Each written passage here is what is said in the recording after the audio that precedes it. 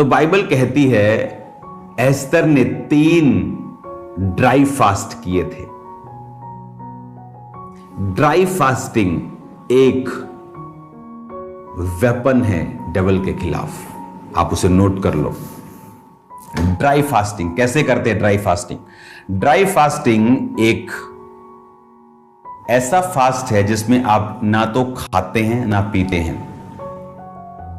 अगर मैं आज आपको बोल दूं कि जिम जाओ क्योंकि फलाना बॉडी बिल्डर 100 किलो वेट उठा रहा है, आप भी उठाओ, तो पहले दिन आप जानते हैं क्या होगा। आप शाम को मूव ढूंढ रहे, वोलिनी जेल ढूंढ रहे होंगे आप। हालेलुया। तो जब मैं ड्राई फास्टिंग की बात कर रहा हूं तो इसे 40 दिन रात के मत रख लेना कि तुम रहो ही ना। स्टार्ट करना, जैसे लोग ड्राई फास्टिंग में बोलता हूं कि 2 बजे तक दोपहर के, सुबह उठे कुछ नहीं खाना कुछ नहीं पीना। इसका मतलब ही नहीं तुम गंदे मंदे रहो, ब्रश ना करो, नहाओ ना धोवो ना, ऐसा नहीं। 2 बजे तक कुछ खाना पीना नहीं। जब तुम्हारी बॉडी तुम्हें आदत पड़ जाए फिर 5 बजे तक करो, कुछ खाना कुछ पीना नहीं। जब आदत पड़ जाए इसे 1 दिन में लेके जाओ। इस तरह से बढ़ना है, क्योंकि वो हम पूरी तरह से शरीर में सफर करें ये परमेश्वर नहीं चाहता। लेकिन फास्टिंग के दौरान क्या होता है, जो डेविल के अटैक है, अब डेविल ने सोचा पूरी कौम का नाश करने के लिए, लेकिन उसने क्या किया, अगर डेविल आया है अपने वेपन्स को लेके, तो आपके पास भी परमेश्वर ने वेपन्स दिए हैं, हथियार दिए हैं। तो हमारे हथियार तलवार और बंदूकें नहीं, हमारे हथियार अलग हैं। अब जब आपको यह मालूम हुआ कि मुझे भी वेपन दिए गए, वो क्या है? ड्राई फास्टिंग एक वेपन है। फास्टिंग एक वेपन है। जैसे वेपन कई तरह के होते हैं, हथियार कई तरह के, छोटी बंदूक है, पिस्टल है, बड़ी बंदूक है, फिर आर्टिलरी गन है, फिर परमाणु बम है। उसी तरह से हमारे पास जो हथियार है वो अलग अलग किस्म के हैं। अब एस्तर को मालूम था कि छोटा मोटा हथियार इसमें काम नहीं करेगा, तो उसने अपना परमाणु बम निकाला कि फास्टिंग करूंगी, ड्राई फास्ट। कुछ लोग फास्ट करते हैं, डैनियल के फास्ट थे कि कुछ भी स्वादिष्ट वस्तु वो नहीं लेगा, वो अलग तरह के थे। उसे मैं रिकमेंड नहीं करता हूं क्योंकि वो एक अलग लेवल की स्पिरिट चाहिए, आप उसमें मत जाएं। आप 5 बजे तक फास्ट करें, डे नाइट फास्ट करें। जब मैं फास्ट 2005 में जब मेरी जर्नी शुरू हुई तो हम 3 डे नाइट के फास्ट मैं हर वीक में रखता था।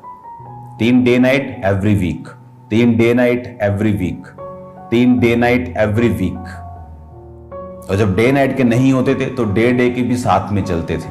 लेकिन मैंने ओवर फास्टिंग की है अपनी लाइफ में, मैं वो भी आपको रिकमेंड नहीं करता। उसका असर तो है मेरी लाइफ में, वो मसा तो है, लेकिन फिजिकली बहुत से चैलेंजेस मैंने उन टाइम्स में फेस किए। तो मेरा रिकमेंडेशन है आप फास्ट करें 2 बार हफ्ते में। जिस दिन ड्राई कर सकते हैं ड्राई फास्ट करें। जब आप फास्टिंग में जाते हैं आप अपने शरीर से बाहर निकलते हैं। आपकी स्पिरिट की कनेक्शन, अलाइनमेंट, जिस तरह व्हील बैलेंसिंग आप अपनी गाड़ियों की करवाते हैं, अगर नहीं करवाते तो गाड़ी अगर स्टीयरिंग छोड़ दो हल्की हल्की इधर जाती है, तो वो टायर के लिए खतरनाक है, टायर घिसता है। स्पिरिट में भी अलाइनमेंट की जरूरत होती है, आपकी स्पिरिट भी हिलती है। जब आप ड्राई फास्टिंग करते हैं तब आप अपनी स्पिरिट को सीधा कर रहे होते हैं, आप उसको ट्रेन कर रहे होते हैं जीसस क्राइस्ट की आवाज और क्लियर और कनेक्शन से, और बिल्कुल सीधी, स्पष्ट और साफ आपको सुनाई देती है। हालेलुया। जब आप ड्राई फास्टिंग में और या फास्टिंग में आप जाते हैं, ये एक वेपन है शैतान के खिलाफ।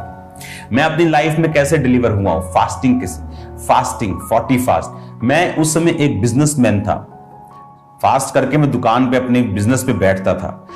तो मुझे मालूम था कि ये परफेक्ट वे नहीं है, लेकिन मेरे पास और कोई ऑप्शन नहीं था कि अभी मैं 1 साल का सिर्फ क्रिश्चियन था। मेरी फैमिली अभी मेरे साथ फाइट में थी, काम मैं छोड़ नहीं सकता था और मेरे पास काम नहीं था, अपने बिजनेस में मुझे बैठना था। तो इससे अच्छा कि मैं 100% ना दूं तो क्या मैं 50 भी ना दूं, 70 भी ना दूं, 80 भी ना दूं। तो मैंने फैसला किया कि हाँ मैं काम पर हूंगा, लेकिन मैं सुबह प्रार्थना करके जाऊंगा। सुबह प्रार्थना की, फास्टिंग की, 5 बजे तक फास्टिंग, फिर शाम को प्रेयर, फिर रात को प्रेयर। इस तरह से अपने आप को बैलेंस किया, काम पर भी रहा, प्रेयर्स भी की, फास्टिंग भी की। 5 बजे तक एवरीडे, रोज 2005 में 40 रोजे, 5 बार 6 बार, पता नहीं कितनी बार मैंने रखे। उन रोजों में परमेश्वर ने शैतान के गहरे बंधन से मुझे डिलीवर किया, जो मेरी लाइफ की one of the biggest testimonies में आता है अब तक, आज तक, और वो रहेगा, मैं जानता हूं। और उन दिनों में ऐसे एक्सपीरियंस मुझे हुए, जो एक्सपीरियंस आज तक मुझे संभाले हुए हैं। वो एक्सपीरियंस से जो मेरा फेथ है वो हमेशा हाई लेवल पे रहता है, क्योंकि मैंने कुछ ऐसा एक्सपीरियंस किया है उन रोजों के दौरान जो आम व्यक्तियों के पास मैं देखता हूं नहीं। हालेलुया। तो जब आप फास्टिंग करते हैं, ये एक वेपन है शैतान के खिलाफ, उसके डिलीवरेंस के लिए fasting is the most important thing. जितनी ब्रांचेस आप सुन रहे हैं, यूके, यूएसए, जितने भी कनाडा में, सब देशों में जब आप सुन रहे हैं आज की इवनिंग मीटिंग को, आपको ये मालूम होना चाहिए कि आप एक फास्ट रखने वाले व्यक्ति होने चाहिए। हालेलुया। जब आप जिम में जाते हैं, आप जिम ट्रेनिंग करते हैं, आपकी बॉडी में फर्क आपको लगता है, स्ट्रेंथन लगता है। स्पिरिचुअल बॉडी फास्टिंग से बनती है। जब आप इसको ट्रेन करने लगते हैं, अपनी स्पिरिट को, अपने मसल्स को बढ़ाने लगते हैं, आपकी लाइफ एक अलग लेवल पे आप लेके जाते हैं। आपको फास्टिंग प्रैक्टिस करनी है 12 बजे तक, फिर 2 बजे, फिर 5 बजे। इस तरह से आपको अपने आप को आगे लेके जाना है। ड्राई फास्टिंग ट्राई करना है, दूसरा फास्ट ट्राई करना है जिसमें आप एक आध बार पानी या चाय आप ले सकते हैं। हालेलुया। लेकिन हमारा मकसद है अपने आप को इन चीजों से दूर रखना और प्रेयर में रहना। प्रेयर हम नहीं कर सकते, काम पे हैं, आप मॉर्निंग प्रेयर करके जाके शाम को आप प्रेयर कर सकते हैं। कुछ भी हम कर सकते हैं। हमारे लिए कुछ भी ऐसा नहीं है कि कोई भी ऐसा बंदा नहीं है जो 19 घंटे काम करता हो। हर बंदे के पास टाइम है। परमेश्वर ने ऐसा बनाया है कि आपके पास टाइम हो प्रेयर का, फास्टिंग का, स्पिरिचुअल लाइफ्स को सेट करने का। तो जितनी ब्रांचेस आप मौजूद हैं, जितने ऑनलाइन लोग मौजूद हैं इवनिंग मीटिंग में, आपको ये बात का ध्यान रखना है, स्पिरिचुअल एक्सरसाइज करना है, ऑर्डर्स को ब्रेक नहीं करना। जो खुदा ने ऑर्डर्स बनाए हैं बाइबल में, जिस तरह से परमेश्वर ने हमें बनाया है, अब तो आप इंटरनेट पे अगर आप देख ले, अब फास्टिंग के डॉक्टर्स फायदे गिनाने लगे हैं। इंटरमिटेंट फास्टिंग क्या है? वो 5 बजे तक रोजा रखना, सदियों से चलता आ रहा है बाइबल में। हाँ, ड्राई फास्टिंग के अब फायदे गिनाने लगे हैं। वो क्या है? पहले बोलते थे नहीं शरीर को पानी चाहिए, अब बोलते नहीं, अगर ड्राई फास्टिंग करोगे तो शरीर से टॉक्सिन जो हैं अपने आप ब्लड प्यूरिफाई करता है अगर अब तुम पानी नहीं पियो। वो सब चीजें जो बाइबल में सालों से लिखी हैं, अब वो उसे टिक लगा रहे हैं। हालेलुया। तो ये तो बाइबल में पहले से है। एस्तर ने ड्राई फास्ट किया, मूसा ने ड्राई फास्ट किया। मूसा तो एक अलग ही लेवल पे ले गया उसको, वो तो कितने कितने दिन रहता था ड्राई फास्टिंग में, क्योंकि वो परमेश्वर की ग्लोरी के बहुत करीब था।